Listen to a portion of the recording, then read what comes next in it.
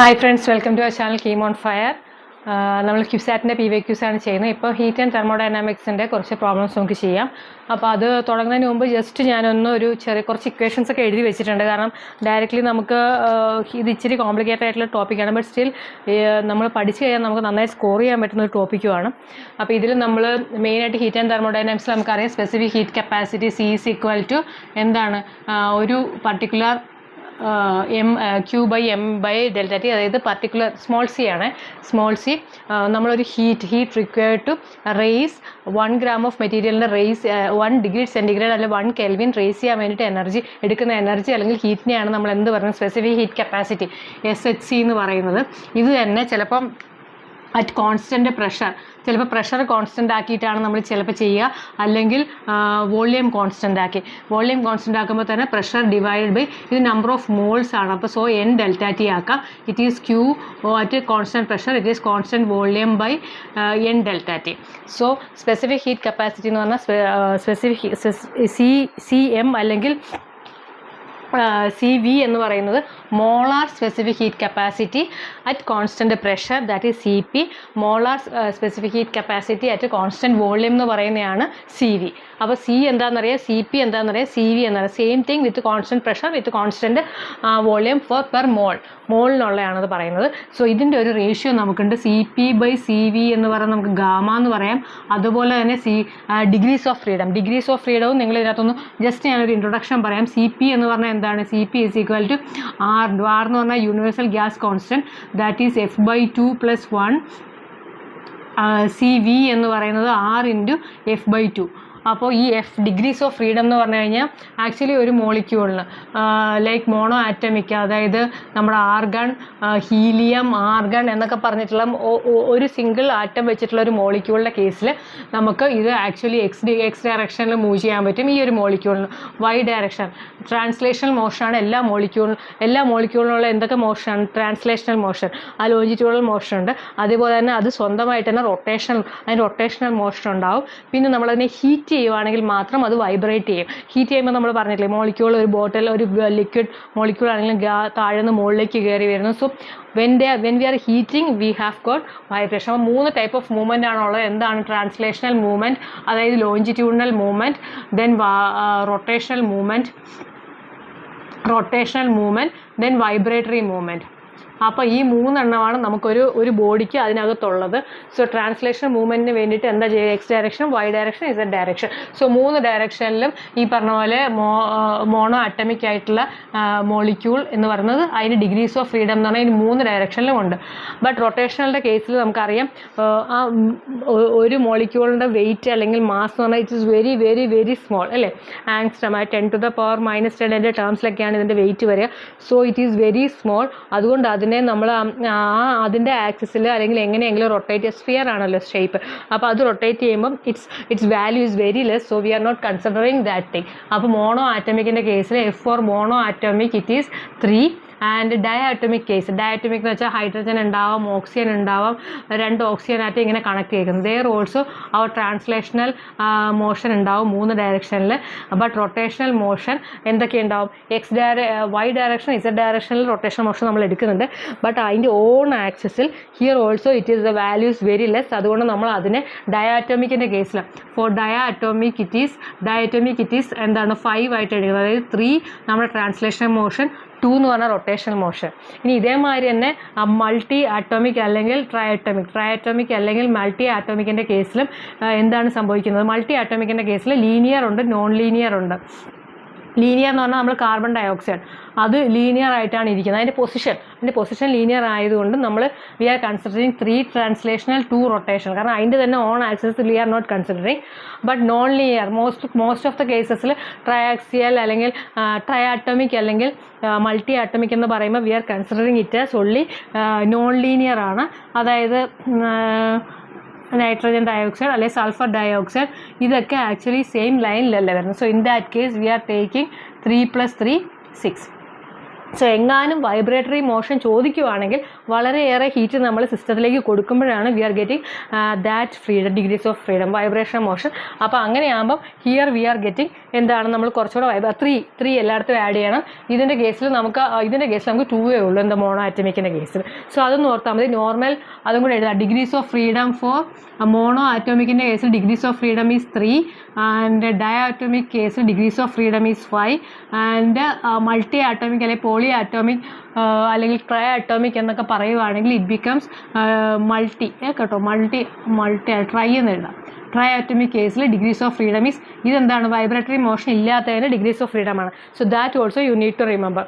അപ്പോൾ ഇത്രയൊക്കെ കാര്യങ്ങൾ ഓർത്താൽ മതി. പിന്നെ ഉള്ളത് നമ്മുടെ സ്റ്റീഫൻസ് ലോ ആണ്. സ്റ്റീഫൻസ് ലോ എന്ന് പറയുന്നത് പിന്നെ ബ്ലാക്ക് ബോഡി ഒരു ബ്ലാക്ക് ബോഡി എന്ന് പറഞ്ഞാൽ എന്താണ്? Black body is something. ആ ബ്ലാക്ക് ബോഡി എന്ന് പറഞ്ഞാൽ എല്ലാ സാധനത്തിനും നമ്മൾ അട്രാക്ട് ചെയ്യും, എല്ലാ റേഡിയേഷനെയും അട്രാക്ട് ചെയ്യും. ഇറ്റ് ഒന്നും പുറത്തേക്ക് വിടത്തില്ല. Everything they are attracting. കാരണം നമ്മൾ വിബ്ജിയോറിൻ്റെ കേസിൽ നമ്മൾ പറഞ്ഞു, വിബ്ജിയോർ കളർ അറിയാമല്ലോ. വിബ്ജിയോറിൻ്റെ കേസിൽ നമ്മൾ ബ്ലാക്ക് ആണെങ്കിൽ എന്താണ്, ഈ പറഞ്ഞ എല്ലാ റേസിനെയും എല്ലാത്തിനെയും നമ്മൾ സ്വന്തമായിട്ട് അട്രാക്ട് ചെയ്യും.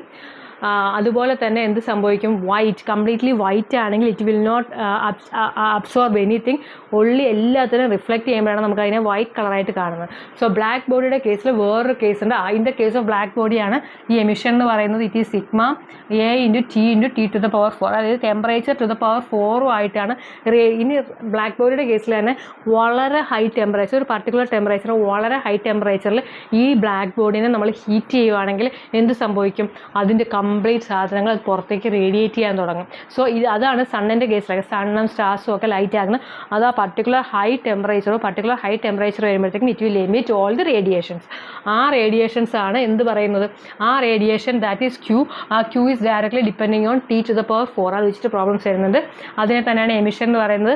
അത് ഇൻഡയറക്ട്ലി പ്രൊപ്പോർഷണൽ ടു ലാംഡ എന്ന് പറഞ്ഞാൽ ഈ വേവ് ലെങ്ത് ആണ്. ടെമ്പറേച്ചർ കൂടുമ്പോൾ നമ്മളറിയാം ഒരു വലിയൊരു ചുറ്റു വഴുത്ത ഒരു ഇരുമ്പ് പിന്നെയും ചൂടാക്കുമ്പോൾ ഇരുമ്പോ അല്ലെങ്കിൽ എനി ബോഡി ചൂടാക്കുമ്പോൾ ആദ്യം റെഡ് ആകും, പിന്നെ അത് ഓറഞ്ച് ആകും, പിന്നെ യെല്ലോ ആകും, പിന്നെ അങ്ങോട്ട് പോയി കഴിയുമ്പോൾ വൈറ്റ് മാക്സിമത്തിൽ എത്തുമ്പോൾ it becomes white hot body. So അതുകൊണ്ട് ടെമ്പറേച്ചർ കൂടുന്നതനുസരിച്ച് ലാംഡ ഇതെന്ന് പറഞ്ഞാൽ ഹൈ വേവ് ലെങ്ത് ഉള്ള കളർ. ഇത് കളറിൻ്റെ കേസിൽ പറയണം. ഹൈ വേവ് ലെങ്ത് ഉള്ള കളർ എന്ന് പറഞ്ഞാൽ റെഡ് ആണ്. മുകളിലേക്ക് പോകുന്നതോറും വേവ് ലെങ്ത് ഈസ് റെഡ്യൂസിങ്. അപ്പോൾ അതുകൊണ്ട് ടെമ്പറേച്ചർ കൂടുമ്പോൾ എന്താവും? ലാംഡ കുറയും. സോ ദാറ്റ് ഈസ് വാട്ട് ടെമ്പറേച്ചറും ലാംഡയും കൂടി ഇൻവേഴ്സ്ലി പ്രപ്പോർഷണൽ ആണ്. അതുപോലെ തന്നെ ഈ emission is directly proportional T to the power 4. അത് ഓർത്താൽ മതി. പിന്നെ CP ഡിഗ്രീസ് ഓഫ് ഫ്രീഡം ഞാൻ പറഞ്ഞു. അത് വെച്ചിട്ട് CP CV അതിനുള്ള റിലേഷൻഷിപ്പൊക്കെയാണ് ചോദിക്കാനുള്ള ചാൻസ് മെയിനായിട്ടുള്ളത്. ഡിഗ്രീസ് ഓഫ് ഫ്രീഡം എപ്പോഴും ഓർക്കുക. എങ്ങനെയാണ് അത് വന്നത്? മോണോ ആറ്റോമിക് ആണെങ്കിൽ ഇറ്റ് ഈസ് 3, ഡയറ്റോമിക് ആണെങ്കിൽ ഇറ്റ് ഈസ് 5, മൾട്ടി ആറ്റോമിക് അല്ലെങ്കിൽ ട്രൈ ആറ്റോമിക് ആണെങ്കിൽ ഇറ്റ് ഈസ് 6. ഈ വൈബ്രേഷൻ മോഷൻ തന്നിട്ടില്ല, വൈബ്രേഷൻ മോഷൻ ചോദിച്ചിട്ടില്ല എന്നുണ്ടെങ്കിൽ you can consider it as that much. Okay, ഇനി നമുക്ക് പ്രോബ്ലംസ് ഒക്കെ ചെയ്യാം.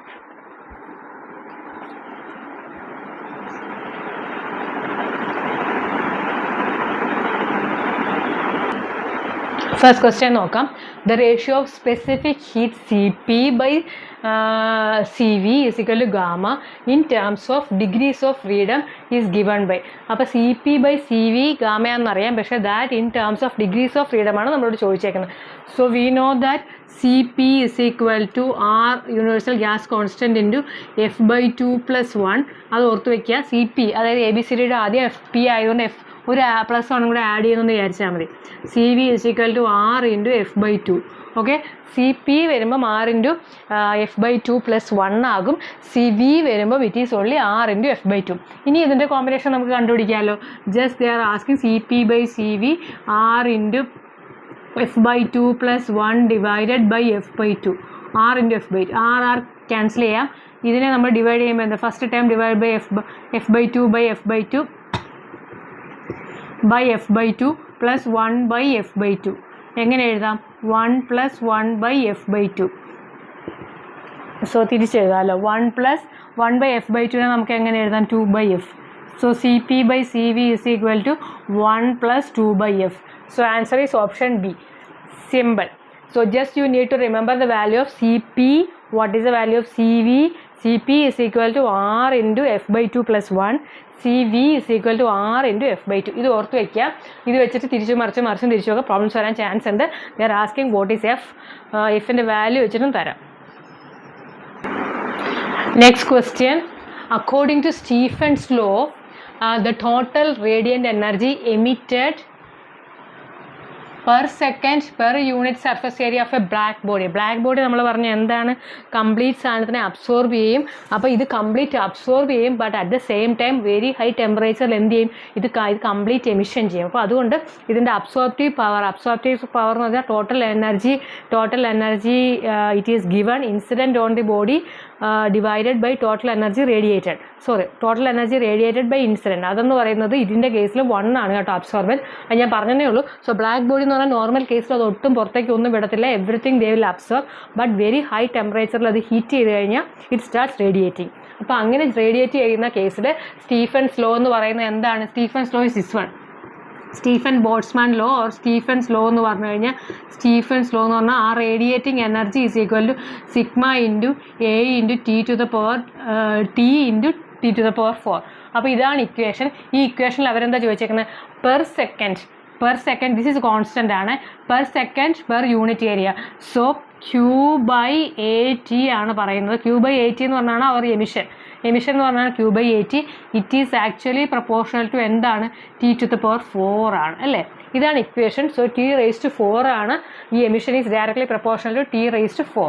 So option D is the right answer. So equation ഒന്ന് പഠിക്കുക, Stefan's Boltzmann equation or Stefan's law, Stefan's equation. That is one of the important equation. This actually ഒരു surface ടെൻഷൻ്റെ problem ആണ്. ഇത് കണ്ടപ്പോൾ ഞാനങ്ങ് എഴുതിയെന്നേ ഉള്ളൂ. And ice cube is suspended in vacuum in a gravity free hall. As the ice melt it will retain its cubical shape, will change its shape to spherical, will fall down on the floor of the hall, will fly up. നമ്മൾ പറഞ്ഞിട്ടുണ്ട് ക്യൂസാറ്റിൽ ഇങ്ങനെയുള്ള കുറേ practical problems ഒക്കെ ചോദിക്കാറുണ്ട്. അപ്പോൾ ഒരു ice cube, ഒരു vacuum ആയിട്ടുള്ളൊരു സ്ഥലത്തുണ്ട്, അവിടെ നോ ഗ്രാവിറ്റി, ഇങ്ങനെ ഗ്രാവിറ്റി ഒന്നുമില്ല, അതായത് എർത്തിൻ്റെ അട്രാക്റ്റീവ് ഫോഴ്സ് ഒന്നുമില്ല. അവിടെ ഒരു ക്യൂബ് ഉണ്ട്, എന്തുണ്ട്, ഐസിൻ്റെ ഒരു ക്യൂബ് കിടപ്പുണ്ട്. ഒരു ഐസ് ക്യൂബ് ഈസ് സസ്പെൻഡഡ്, ആ ഒരു വാക്യൂത്തിൽ ഇങ്ങനെ സസ്പെൻഡ് ചെയ്ത് വെച്ചേക്കുവാണ്.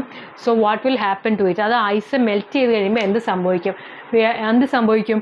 ആക്ച്വലി ഇതിനകത്ത് ഗ്രാവിറ്റേഷണൽ പുള്ളോ ഒന്നും ഇല്ലാത്തതുകൊണ്ട് ഇതെന്ത് ചെയ്യും, ഇത് ആക്ച്വലി സർഫസ് ടെൻഷൻ നമുക്കറിയാം, വാട്ടറിന് എന്ത് സർഫസ് ടെൻഷൻ ഉണ്ട്. അപ്പോൾ അതുകൊണ്ട് all the molecule try to move inside, എല്ലാം അതിനുള്ളിലുള്ള പാർട്ടിക്കിൾ, ആ വാട്ടറിൻ്റെ ഇത് അറ്റത്തുള്ള പാർട്ടിക്കിൾ, അകത്തുള്ള പാർട്ടിക്കിളിന് കുഴപ്പമില്ല, എല്ലായിടത്തുനിന്നും എല്ലാവരും ഇതിനെ ഇങ്ങനെ അട്രാക്ട് ചെയ്തുകൊണ്ടിരിക്കും. ആ തൊട്ടടുത്തുള്ള പാർട്ടിക്കിൾസ് എല്ലാം ഇതിനെ അട്രാക്ട് ചെയ്ത് ഇതിങ്ങനെ പക്ഷേ ഇവിടെയുള്ള കേസിൽ എന്തുണ്ട്, ഇതിന് ഇങ്ങോട്ട് അട്രാക്റ്റീവ് പവർ, ഇങ്ങോട്ട് മാത്രം ഇതിനെല്ലാം വലിച്ചുകൊണ്ടിരിക്കും അല്ലേ, കാരണം ഇതിന് ഇപ്പുറത്ത് അങ്ങോട്ട് കൊണ്ടുപോകാൻ സ്ഥലമില്ല. അപ്പോൾ അതുകൊണ്ട് എല്ലാവരും ഇതിനെ, ഈ അകത്തുള്ള മോളിക്യൂൾസ് എല്ലാം ഇതിനെ ഇങ്ങനെ അട്രാക്ട് ചെയ്ത്, വേറെ ഗ്രാവിറ്റേഷണൽ ഫോഴ്സ് ഇല്ല, ഗ്രാവിറ്റേഷണൽ ഫോഴ്സ് ഉണ്ടെങ്കിൽ അതിനെ താഴേക്ക് വലിക്കും, ഇറ്റ് വിൽ ബിക്കം താഴേക്ക് ഡ്രോപ്പ് ആയിട്ട് ഇത് താഴേക്ക് വീഴും. പക്ഷേ ഇതങ്ങനെയൊക്കെ വരില്ല. ഇതെന്ത് ചെയ്യും, ആ ക്യൂബിക്കൽ ഷേപ്പിലുള്ള സാധനത്തിന് അതെന്തായി സർഫസ് ടെൻഷൻ കാരണം അത് നല്ല പെർഫെക്റ്റ്ലി, കാരണം അവിടെയാണ് ഏറ്റവും മിനിമം എനർജി ഉള്ളത്. അപ്പോൾ എല്ലാം കൂടെ അകത്തേക്ക് അട്രാക്ട് ചെയ്തിട്ട് ഇറ്റ് വിൽ ബിക്കം എന്താകും, it will change its shape to spherical. So that is the answer. It will change its shape to spherical ഷേപ്പിലേക്ക് അത് മാറും, ക്യൂബിക്കൽ ഷേപ്പിൽ നിന്ന്. Okay, next problem, what is the relation between the internal energy and heat supplied in the process 1 and 2 shown in the diagram? Both path starts at A and ends at B. എന്താണ്, നമ്മൾ basically നമ്മളൊരു സിസ്റ്റത്തിലേക്ക് നമ്മളൊരു heat കൊടുത്തു കഴിഞ്ഞാൽ എന്തൊക്കെ സംഭവിക്കും, ആ എനർജിയാണല്ലോ കൊടുക്കുന്നത്, ആ എനർജി കൊണ്ട് ആ സിസ്റ്റത്തിനകത്ത് എന്തെങ്കിലും ഒരു വർക്ക് ഡൺ ചെയ്യും, ഒരു വർക്ക് ഡൺ ഉണ്ടാവാം. പ്ലസ് അതിൻ്റെ ഇൻറ്റേർണൽ എനർജി നമ്മൾ പറഞ്ഞു കൈനറ്റിക് എനർജിയാണ്. കൈനറ്റിക് എനർജി എന്ന് പറയുന്നത് F/2 × N/RT ആണ്. സോ ഈ രണ്ട് കാര്യത്തിന് വേണ്ടിയിട്ടാണ് ഈ ഹീറ്റ് യൂട്ടിലൈസ് ചെയ്യുന്നത്. That heat is utilised for work done plus എന്താണ്, ഇറ്റ്സ് കൈനറ്റിക് എനർജി. നമുക്ക് എനർജി ഡയറക്റ്റ്ലി പറയാം, delta U. Energy, internal energy delta U. Internal എനർജിക്ക് വേണ്ടിയിട്ട് അത് യൂട്ടിലൈസ് ചെയ്യും. Then it is utilised for work done. അപ്പോൾ അതായത് ചിലപ്പോൾ ടെമ്പറേച്ചർ കൂടുമായിരിക്കും, വോളിയം കൂടും, ആ ഗ്യാസ് എക്സ്പാൻഡ് ചെയ്യും. അപ്പോൾ വോളിയം കൂടുമ്പം അതിൻ്റെ ആ വോളിയം എക്സ്പാൻഡ് ചെയ്യാൻ വേണ്ടിയിട്ടുള്ള വർക്ക് ഡൺ. അപ്പോൾ work done by the system ആണെങ്കിൽ it is positive, work done to the system ആണെങ്കിൽ ഇറ്റ് ഈസ് നെഗറ്റീവ്. സോ അതൊക്കെ വേറെയാണ്. But here it is utilise for this one and this one. So work done എന്ന് പറയുന്നതും ഈ Q എന്ന് പറയുന്നത് path dependent ആണ്. But here it is not path dependent. അതായത് ഇവിടുന്ന് തുടങ്ങി ഇവിടെ തന്നെ തീരുവാണെങ്കിൽ that energy is zero, that internal energy is zero. പക്ഷേ ഇവിടുന്ന് ഇതിപ്പോൾ ഇങ്ങനെ പോയാലും ഇതിപ്പോൾ ഇങ്ങനെ പോയാലും വേറെ ഏത് വഴി കൂടെ പോയാലും ഇൻറ്റേർണൽ എനർജി എന്ന് പറയുന്നത് ദാറ്റ് ഈസ് സെയിം. ഏത് വഴിയിൽ പോയാലും ഇൻറ്റേർണൽ എനർജി സെയിം. നമ്മുടെ ഡിസ്പ്ലേസ്മെൻറ്റിൻ്റെ കാര്യം പറഞ്ഞ പോലെ എ ടു ബി മിനിമം ഡിസ്റ്റൻസിന് എന്തുമാത്രം ടൈം എടുക്കുന്നു, ദാറ്റ് ഈസ് ഡിസ്പ്ലേസ്മെൻറ്റ്. അതേമാതിരി തന്നെ ഇവിടെ എ ടു ബിയിലേക്ക് ഏറ്റവും മിനിമം എത്രയാണോ പോകുന്നത്, എങ്ങനെയാണോ പോകുന്നത്, സോ എവറിത്തിങ് ഈസ് സെയിം. ആ മിനിമം പോകുന്നതിനെയാണ് നമ്മൾ ഡെൽറ്റ യു, അത് ചേഞ്ച് ചെയ്യില്ല. ബട്ട് നമ്മുടെ വർക്ക് ഡൺ എന്ന് പറഞ്ഞാൽ ഈ വഴിക്ക് പോയാൽ അതിനൊരു വർക്ക് ഡൺ ഉണ്ടാവും, പക്ഷേ വേറൊരു വഴിക്ക് പോയാൽ ദാറ്റ് വിൽ ബി ഡിഫറെൻറ്റ്. ഡിസ്റ്റൻസിൻ്റെ കേസ് പറഞ്ഞ മാതിരി ഇറ്റ് ഈസ് പാത്ത് ഡിപ്പെൻഡൻറ്റ്. അതേമാതിരി തന്നെ ക്യൂ, ഇത് പാത്ത് ഡിപ്പെൻഡൻ്റ് ആയതുകൊണ്ട് ടോട്ടൽ എനർജി, ടോട്ടൽ ക്യൂ അല്ലെങ്കിൽ ടോട്ടൽ ഹീറ്റ് എന്ന് പറയുന്നത് that also dependent on path. ഇത് മാത്രം പാത്ത് ഡിപ്പെൻഡൻ്റ് അല്ല, അതൊന്ന് ഓർത്തിരുന്നാൽ മതി. So that is total energy utilised is for work done and internal energy. ആ ഇന്റേണൽ എനർജി എന്ന് പറയുന്നത് പാത്ത് ഡിപ്പെൻഡൻ്റ് അല്ല. That value of internal energy is K by F എന്ന് പറഞ്ഞാൽ degrees of freedom by 2 into number of moles R T. R എന്ന് പറഞ്ഞാൽ universal gas constant, that is this one. ഇപ്പം നമ്മളോട് ചോദിച്ചേക്കുന്നത് എന്തൊക്കെയാണ്? 2 പാത്ത് ഉണ്ട്. ഒരു പാത്ത് എയിൽ നിന്ന് ബിയിലേക്ക് ഈ ഒരു ഡയറക്ഷനിൽ ഇങ്ങനെ പോകുന്നു, ഈ പാത്ത് ഇങ്ങനെ. പിന്നെ ഒരു കാര്യം കൂടെ ഉണ്ട്, വർക്ക് ഡൺ നമുക്ക് പ്രത്യേകിച്ച് വർക്ക് ഡൺ ഒന്നും തന്നിട്ടില്ല എന്നുണ്ടെങ്കിൽ ഒരു ക്ലോസ്ഡ് സിസ്റ്റം ആണെന്ന് വിചാരിക്കാം. ഇങ്ങനെ പോയി A B C D work done എന്ന് പറഞ്ഞാൽ ഈ ഒരു സിസ്റ്റത്തിൻ്റെ വർക്ക് ഡൺ എന്ന് പറഞ്ഞാൽ എന്തായിരിക്കും?